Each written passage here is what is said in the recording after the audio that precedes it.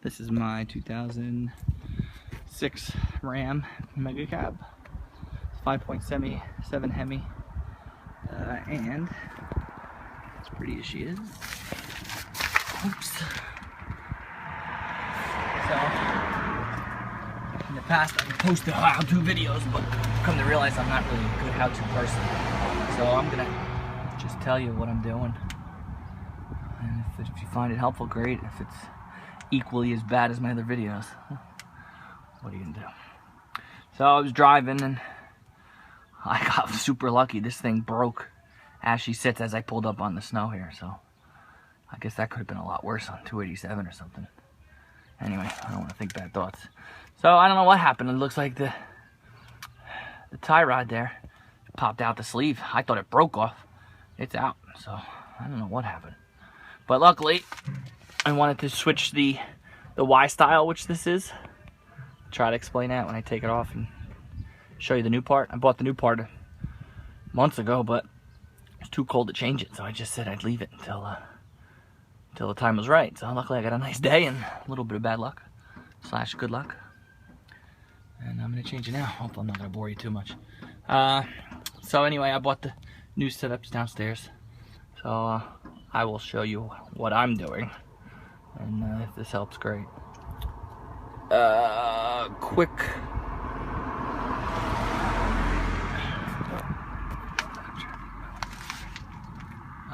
Right. So I bought the pieces because I had a little bit of death wobble on the highway at high speeds after hitting a pothole. I'm sure Dodge owners know what I'm talking about. So that's why I initially bought the setup. And now I'm actually gonna need it. So anyway, here we go. First, I'm just gonna take the wheels off. I'm gonna take the wheels off so I can get to the ball joints, pop that off.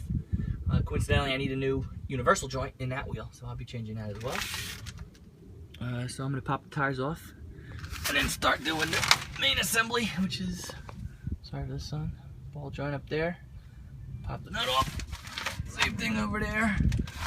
And it connects to the pitman arm up top there, so I'll be popping her off. And I'll go from there. So I got the old steering stuff. The nuts actually weren't too bad, but banging the ball joints out of their respective homes was a little bit of a bitch. Now, I was told when you buy the new kit, my steering dampener is bad.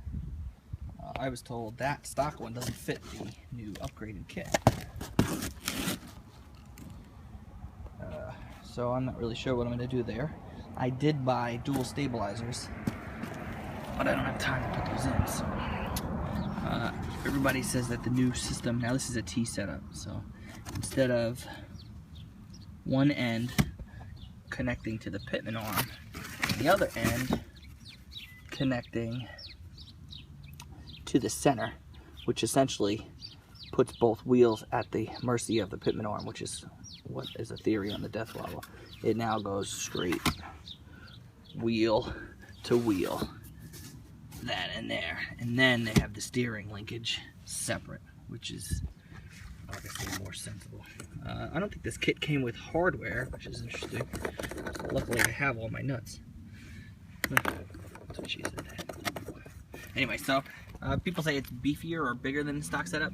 This steering linkage looks the same, but yes, this main sway bar is significantly, I'm not gonna lie to you, it's not that much bigger, but it is bigger. There's the stock bar. You can see how that goes to the wheel, and instead of it connecting all the way to the wheel, it cuts in the middle there. Then you have the one other end of the wheel going to another piece, so it's not right. That goes to the pitman arm, which would go to the wheel, and the other wheel setup. I mean, it's just not smart. So they also say the pitman arm is different for this setup. So I'm gonna try to hook it up as is. If it works, I'll let you know. If it doesn't, I'll let you know what the pitman arm looks like and what I gotta buy. So that's it for now. I think I'm attempting to change my wheel universal joint. Okay, so here's what it looks like, all bolted up. Losing daylight, so it's all bolted up. Now, I have a 1500, but this is on the 2500 chassis, so technically it's for a 2500. Now I bought the specific setup for the 2500, so I don't know. Some guys were saying that they had to get a different pitman arm. Something associated with the part number, so that's my pitman arm. Let's go get back to the other lights here. That's the number there. You can read that? I can't.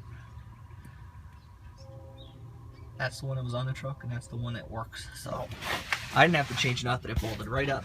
The only reason why my steering dampener isn't hooked up is because the application requires there a hole to be there, and the one that came off the truck has the ball joint in it. I tried to knock it out and I broke the thing, so I do have to buy a new dampener only because of the way they have it. Okay, so the stock dampener would fit if it wasn't set up the way it was, so I'm just gonna buy a replacement or just install my duals that I have down the cellar. So it's all bolted up. Obviously I'm no alignment expert, so everything's still loose. I'm gonna pop the wheels on and bring it to the shop, have them align it, but it looks good. Pretty easy install, in all honesty. Did it myself, very easy, 5-10 minutes.